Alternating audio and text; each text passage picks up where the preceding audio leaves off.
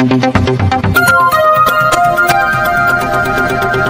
पाहत आहे महाराष्ट्राची लेखणी न्यूज।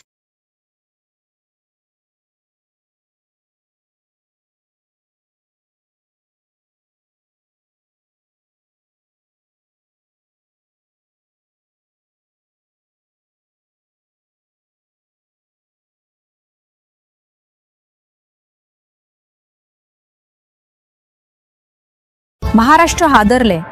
भारतीय कम्युनिस्ट पक्षाने मुख्यमंत्री यांना थेट निवेदन सादर करून जळगाव जिल्ह्यातील बेरावत खुर्द येथील सुलेमान पठाण हत्याकांडात कठोर कारवाईची मागणी केली आहे। नमस्कार, महाराष्ट्राची लेखणी न्यूजमध्ये आपले सर्वांचे स्वागत। कॉम्रेड सय्यद अभिस फकरुद्दीन, तालुका सचिव CPI यांनी स्पष्ट शब्दात सांगितलं आहे, 21 वर्षांचा तरुण सुलेमान पठाण याची जातीवादी प्रवृत्तीच्या गुंडांनी निर्दयपणे हत्या केली। आरोपी आजही मोकाट फिरत आहेत आणि पोलीस त्यांना पाठीशी घालत असल्याचा गंभीर आरोप करण्यात आलाय। म्हणूनच या प्रकरणाची चौकशी उच्च न्यायालयाच्या देखरेखीखाली होण्यासाठी विशेष समिती स्थापन करावी। संतोष देशमुख आणि सोमनाथ सूर्यवंशी या मारेकऱ्यांना फाशीची शिक्षा द्यावी। हिंदू मुस्लिम दलित समाजात तेढ निर्माण करणाऱ्या संघटनांवर कायमची बंदी घालावी। सुलेमान पठाण यांच्या कुटुंबियांना महाराष्ट्र शासनाने 50 लाख रुपयांची मदत करावी आणि एका सदस्याला सरकारी नोकरी द्यावी। तसंच मुस्लिम समाजासाठी विशेष कायदा व्हावा। मॉब लिंचिंग विरोधात कठोर कायदा महाराष्ट्रात लागू व्हावा आणि सिल्लोड शहरात बांगलादेशी घुसखोरीच्या नावाखाली वाद पेटवणाऱ्यांवर तातडीने कारवाई करावी।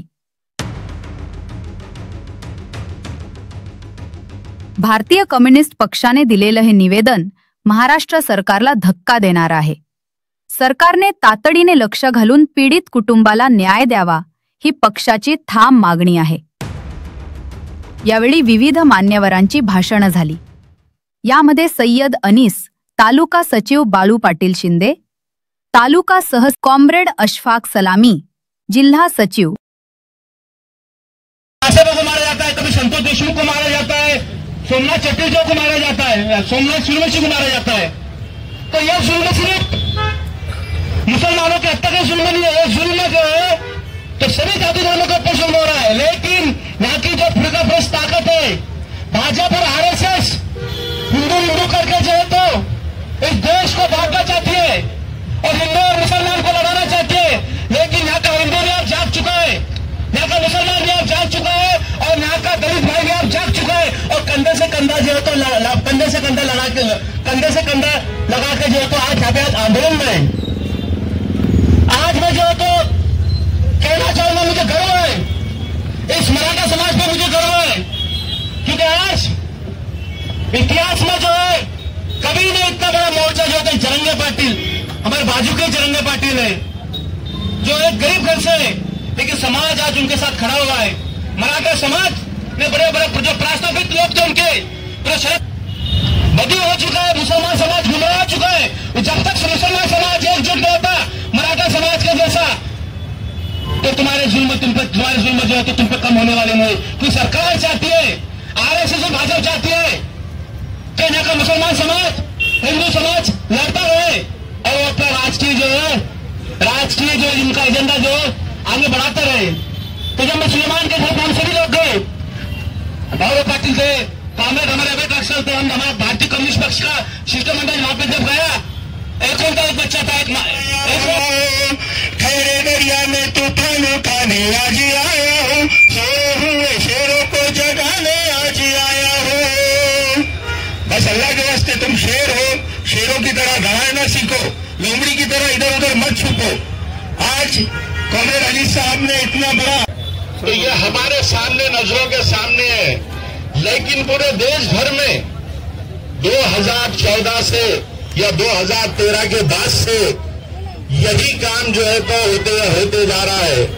चाहे वो पहलू खान हो, चाहे अपने बोलते हमारे बम्बई के ट्रेन के अंदर जो रेलवे पुलिस का आदमी नाम पूछ करके गोली मारता है और नदीम भाई जान से मारता है ट्रेन के अंदर।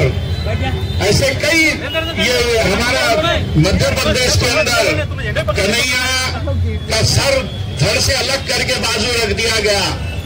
तफ्तीश हुई कि वो मुसलमान ने सर काटा, लेकिन मुसलमान भारतीय जनता पार्टी का था।